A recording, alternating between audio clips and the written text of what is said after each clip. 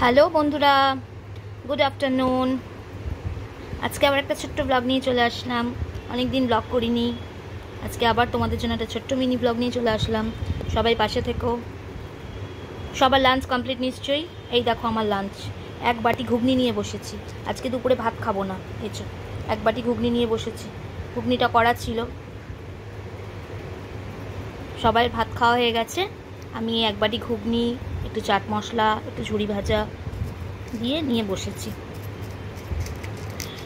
এখন এটা আমি খাবো, এটা হচ্ছে আমার লাঞ্চ। এই দেখো এক বাটি ঘুগনি। এমনি ছোলা আর মটর দিয়ে ঘুগনিটা করেছিলাম, সবাই খেয়েছে। খাওয়ার পর যেটা বেঁচে ছিল, বাসি হয়ে গেছে, সেটা তো আর কেউ খাবে না, সুতরাং ফেলে দেবো। সেই জন্য আমি আজকে ঠিক করলাম, রোজই তো দুপুরে ভাত খাই, আজকে আর দুপুরে ভাত খাবো না। আজকে দুপুরে একটু ঘুগনিটা খেয়ে নিই। একটু আগে অর্ধেকটা বাতাবি লেবু ছিল, খেয়ে নিয়েছি। বাতাবি লেবুও কেউ খেতে চায় না কেটে রাখলে, ওই জন্য বাতাবি লেবুটা খেয়েছি। খানিকক্ষণ পর ঘুগনিটা নিয়ে বসেছি, এবার ঘুগনিটা খাবো। রেখে দিলে রয়েই যাবে, কেউ খেতে চায় না, সেই জন্য।